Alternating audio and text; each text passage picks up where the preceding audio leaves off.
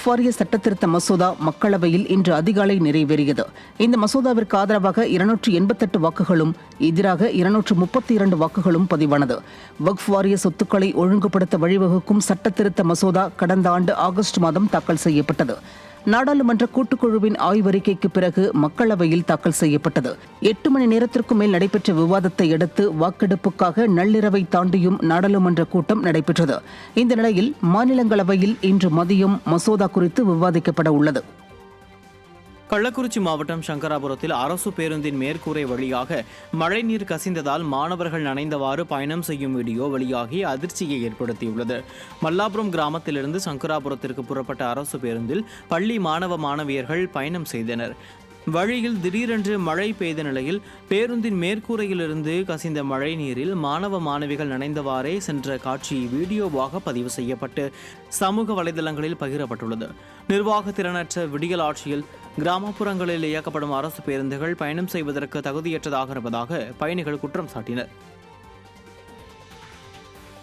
நிர்வாகத்திறனற்ற விடிய ஆட்சியில் கூட்டுறவு அங்காடிகளில் விற்பனை அதலபாதலத்திற்கு சென்றுவிட்ட நிலையில் பரிசு ஆசை காட்டி வாடிக்கையாளர்களை இழுக்கும் திட்டம் வெற்றி பெறாதென பொதுமக்கள் தெரிவிக்கின்றனர். விடியா ஸ்டாலின் ஆட்சியில் கோமாளித்தனங்களுக்கு அளவே இல்லை என்ற அளவிற்கு நாள்தோறும் புதிதாக பரிசு அறிவிப்புகள் வெளியாகி வருகிறது. உணவுப் பொருட்கள் விற்பனையில் பன்னாட்டு நிறுவனங்களுக்கிடையே உச்சக்கட்ட போட்டி எழுந்து 50 ரூபாய் சோப்பை கூட வீடு தேடி வந்து தரும் நிலையில் கூட்டுறவு அங்காடிகளில் உணவுப் பொருட்கள் வாங்கினால் வாடிக்கையாளர்களை தேர்வு செய்து பரிசு வழங்கப்படும் என்ற அறிவிப்பு கேலிக்குரிய ஒன்று என்கின்றனர். ஒரு பொருள் வாங்கினால் மற்றொன்று இலவசம், கேஷ்பேக் என அதிரடி சலுகைகளால் வாடிக்கையாளர்களை போட்டி போட்டு இழுக்கும் ஆன்லைன் நிறுவனங்களுக்கிடையே கூட்டுறவு அங்காடியின் பரிசு திட்டம் பம்மாத்து என கிண்டல் அடிக்கும் பொதுமக்கள்.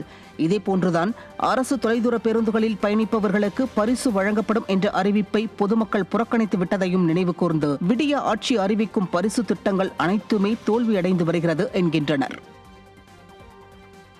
திருவள்ளூர் மாவட்டம் கும்மிடிப்பூண்டி அருகே மர்ம காய்ச்சலால் பலர் பாதிக்கப்பட்டுள்ள நிலையில் சிகிச்சை பலனின்றி ஒருவர் உயிரிழந்துள்ளதால் கிராம மக்கள் அச்சத்தில் உள்ளனர். ஏடூரில் மக்கள் ஏராளமானோர் வசித்து வரும் நிலையில் கடந்த சில நாட்களாக 50க்கும் மேற்பட்டோர் மர்ம காய்ச்சலால் பாதிக்கப்பட்டு அவதிப்பட்டு வருகின்றனர். நோய் தாக்கம் அதிகமாக உள்ள நிலையில் தூரப்பள்ளம் மற்றும் சென்னையில் உள்ள தனியார் மருத்துவமனையில் சிலர் சிகிச்சை பெற்று வருகின்றனர். இதில் ஏடூர் கிராமத்தைச் சேர்ந்த சுரேஷ் என்பவர் மேல் சிகிச்சைக்காக கடந்த 31ஆம் தேதி சென்னை ஸ்டான்லி மருத்துவமனையில் அனுமதிக்கப்பட்ட நிலையில் சிகிச்சை பலனின்றி அவர் உயிரிழந்தார். மர்ம காய்ச்சலில் இருந்து கிராம மக்களை காப்பாற்ற சிறப்பு மருத்துவ முகாம் நடத்த வேண்டும் என்று அவர்கள் கோரிக்கை விடுத்தனர்.